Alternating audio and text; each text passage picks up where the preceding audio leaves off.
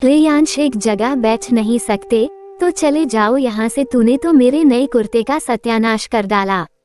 विवेक बाबू अपने छोटे भाई पर चिल्लाए जो अपनी बैसाखी के सहारे चलकर पानी पीने आया था। हाथ से गिलास छूट गया और पानी के कुछ छींटे उनके नए कुर्ते पर पड़ गए। फिर उन्होंने रियांश की पत्नी को आवाज दी, वेदना वेदना, क्या करती रहती हो दिन भर? अपाहिज पति नहीं संभलता तो?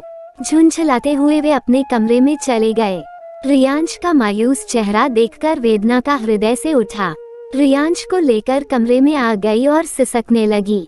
4 साल पहले जब वह रियांश की पत्नी बनकर इस घर में आई थी तो सभी रिंकू रिंकू कहकर उसके आगे पीछे घूमते थे। तब रियांश एक फौजी था। महीने 2 महीने तो वह घर से बाहर ही रहता था, लेकिन जब आता था तो माँ बाबूजी के साथ भैया भाभी के लिए भी ढेर सारे उपहार लाता था। और मोना जो उसकी भतीजी, उसकी तो फरमाइशों की लिस्ट कभी खत्म ही नहीं होती थी। रियांश उसकी हर इच्छा खुशी खुशी पूरी करता था। वेदना बहुत खुश थी कि इतना प्यार करने वाला परिवार उसे मिला है। एक बार रियांश जब छुट्टियां बिताने घर आया था तो देश में हमला होने के अंदेशा के कारण उसे 2 दिन बाद ही ड्यूटी पर बुला लिया गया। भारी मन से सबने उसे विदा किया। उसकी जहां ड्यूटी थी वहां भीषण गोलीबारी हो रही थी। उसने बड़ी बहादुरी से दुश्मनों का सामना किया, कईयों को मार गिराया, लेकिन न जाने कहां से दुश्मन की एक गोली उसके दाहिने पैर में आकर घुस गई। वह बहादुर सिपाही था। अपने घायल पैर की परवाह न करते हुए वह दुश्मनों के सामने डटांग रहा। युद्ध समाप्त होने पर जब उसे अस्पताल लाया गया तो देर हो चुकी थी। गोली का जहर उसके पैर में फैल चुका था और अंततः उसके दाहिने पैर को काटना पड़ा।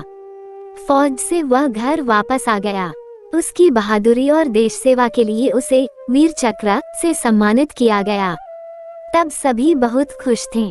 कुछ महीना बीतते बीतते रियांश की भाभी का व्यवहार उसके प्रति बदलने लगा।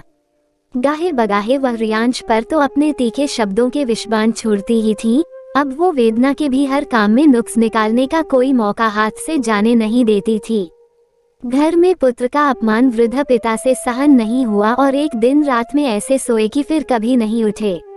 ससुर का लिहाज अब रहा नहीं, सास ने कभी जबान खोली नहीं थी, इसलिए रियांश की भाभी बेलगाम होती चली गई। यद्यपि रियांश को सरकार की तरफ से हर महीना खर्चा मिलता था, फिर भी न जाने क्यों उसकी भाभी का व्यवहार उसके साथ ऐसा होता जैसे कि वो कोई एहसान कर रही हो। कभी कभी तो भतीजी मोना भी अपने दोस्तों के सामने अपने चाचा की हंसी उड़ाने से बाज नहीं आती थी, और आज तो बड़े भाई ने भी गुस्से में ऐसी बात कह दी जो कोई दुश्मनों को भी नहीं कहता। वेदना रोते रोते यही सोच रही थी कि रोज रोज एक फौजी को अपाहिज कहा जाता है, उसके स्वाभिमान को कितनी ठेस पहुंचती होगी। भाभी और मोना तो सारी सीमाएं लांघ ही चुके थे, आज भैया ने भी। अब तो वह यहाँ हरगिज नहीं रहेगी। उसने तुरंत अपने आंसू पोंछे और बैग में दोनों के कपड़े रखने लगी। रियांश को कुछ समझ नहीं आया। पूछा तो उसने पूरे विश्वास से कहा, हम आज और अभी इस घर को छोड़कर जा रहे हैं। अब मैं किसी को भी अपने आत्मसम्मान और तुम्हारे स्वाभिमान को चोट पहुंचाने नहीं दूंगी। लेकिन जाएंगे कहाँ और माँ का क्या? कैसे रहेगी हमारे बिन? रियांश ने चिंतित होते हुए पूछा तो वेदना बोली, इतने बड़े शहर में 2 प्राणियों के लिए एक छत तो मिल ही जाएगी, और मांझी जैसे पहले रह रही थी अब भी रह लेंगी। पत्नी के आत्मविश्वास को देखकर रियांश का भी सोया स्वाभिमान जाग उठा। दोनों जब माँ से आशीर्वाद लेने गए तो उन्होंने भीगे नैनों से उन्हें आशीर्वाद दिया। दोनों सीधे नयन के घर गए जो पेशे से डॉक्टर था और रियांश का मित्र भी। नयन की पत्नी भी स्त्री रोग विशेषज्ञ थी, उसका अपना नर्सिंग होम भी था। वेदना उसी के नर्सिंग होम में अपनी सेवा देने लगी। कुछ दिनों बाद ही दोनों एक किराए के घर में शिफ्ट हो गए।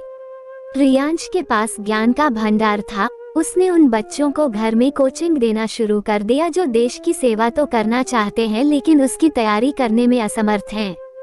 बस रियांश ने उन्हें तैयार करना ही अपना लक्ष्य बना लिया।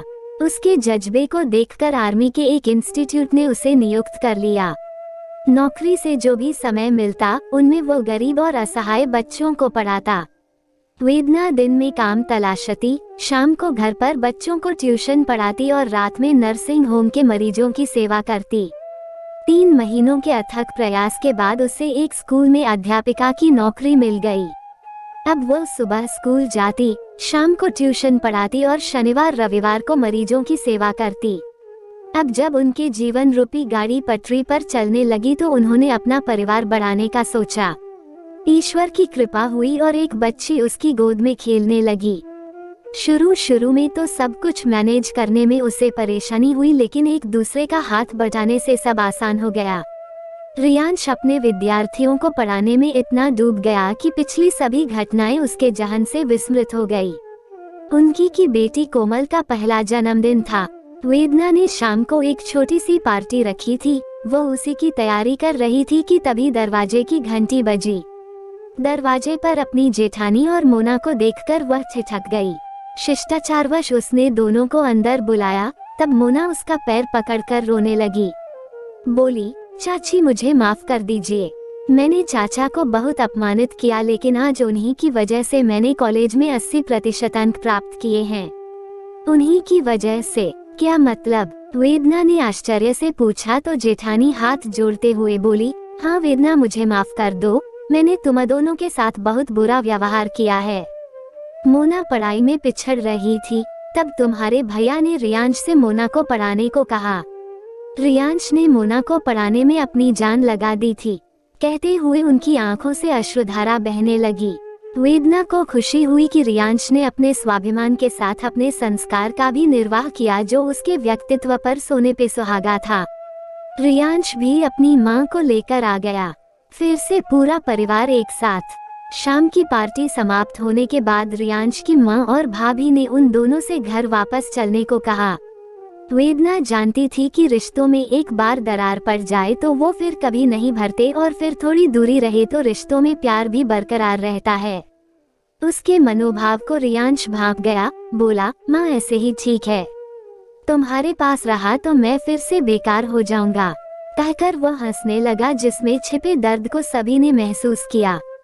माँ भी बेटे बहू की मनोदशा समझ रही थी। वो भी नहीं चाहती उनके बेटे को फिर से अपमानित होना पड़े, इसीलिए माँ ने भी ज्यादा जिद नहीं। जब उनका मन करता वो खुद बेटे के पास रहने आ जाती। अब दोनों भाइयों के रिश्ते ठीक हो गए थे।